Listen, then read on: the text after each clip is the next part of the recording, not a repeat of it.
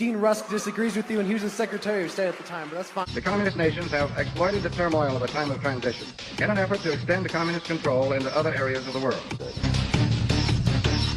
Thoughts on Dean Rusk and America's involvement in Vietnam? I know next to nothing about that. Exactly.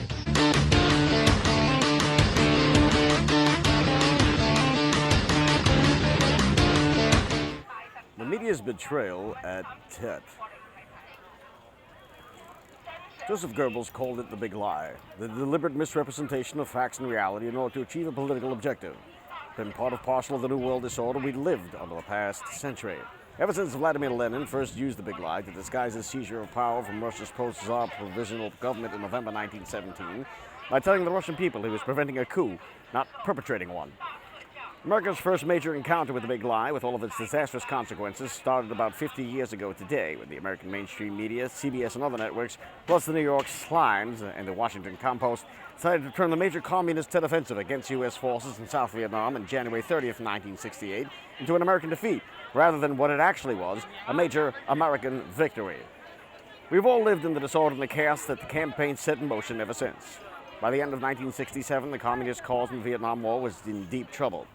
The buildup of American forces, nearly 500,000 men were deployed in Vietnam by December. That put the Viet Cong on the defensive and led to bloody repulses of the North Vietnamese Army, the NVA, which has started intervening in the battlefields to ease the pressure on its Viet Cong allies.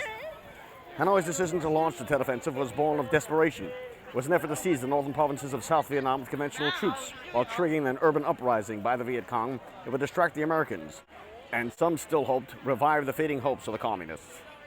The offensive itself began on January 30th with attacks on American targets in Saigon and other Vietnamese cities, and ended a little more than a month later when Marines crushed the last pockets of resistance in the northern city of Hue. It not only destroyed the Viet Cong as an effective political and military force, it also, together with the siege of Khe Sanh, crippled the NVA, which lost 20% of its forces in the south and suffered 33,000 men killed in action, all for no gain. By the end of 1969, over 70% of South Vietnam's population was rated by the U.S. military as under government control, compared with 42% at the beginning of 1968. The American public knew none of this, however. Almost from the moment the first shots were being fired, skeptics of the war effort, the mainstream media, including CBS's news icon Walter Cronkite, would use Tet to prove that the war wasn't being won, as the Johnson administration was claiming. They went further, representing the failed attacks on the U.S. Embassy in Saigon and other sites as symbols of communist success.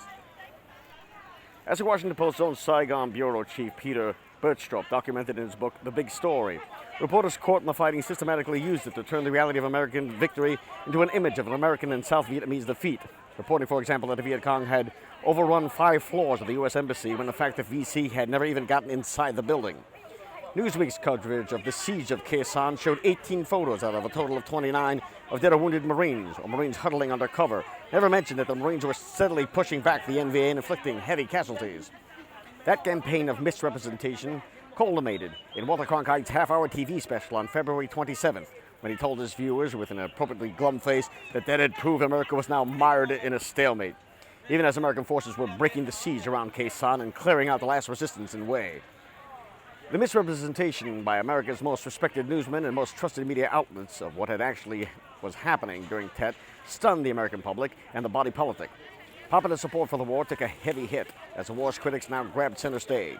Gallup polls in December 1967 had shown Americans evenly split on whether entering Vietnam was a mistake. The barrage of negative coverage of Tet had nudged the doubters slightly ahead by February 1st, 46 to 42%. By April, the doubters were ahead by 8 points, and the support for the war never recovered. Presidential candidate Eugene McCarthy seized on the news that the Viet Cong had seized a section of the embassy, which was entirely false, and entered Hue as proof that it was the communists, not the Americans, who were winning the war.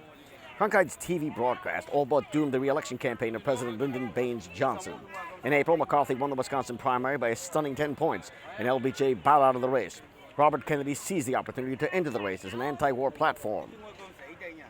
The Democrat National Convention descended into violence and chaos as the Vietnam War became the key divisive issue in American politics and a hot-button issue in our culture ever since. After Tet, American media had assumed a new mission for itself to shape the nation's politics by crafting a single coherent narrative, even if it meant omitting certain relevant facts and promoting other false misleading ones. In March 1969, after Richard Nixon's election, the executive producer of ABC News told the Saigon Bureau, "I think the time has come to shift our focus from the battlefield to themes and stories under the general heading, We are on our way out of Vietnam. One of those stories would be the massacre of My Lai, which actually took place in the aftermath of Tet, but only became newsworthy a year later when the media was looking for ways to convince Americans that Nixon's decisions to stay the course in the Vietnam War was destroying their country's moral standing, just as they had convinced them a year earlier that America's major victory was actually a major defeat. So while many mainstream news outlets wringing their hands today about widespread lack of trust in media, it's important on this 50th anniversary, when the writing of this article appeared, to remember the part they played in squandering it. But it is increasingly clear to this report that the only rational way out then will be to negotiate, not as victors, but as an honorable people who lived up to their pledge to defend democracy and did the best they could.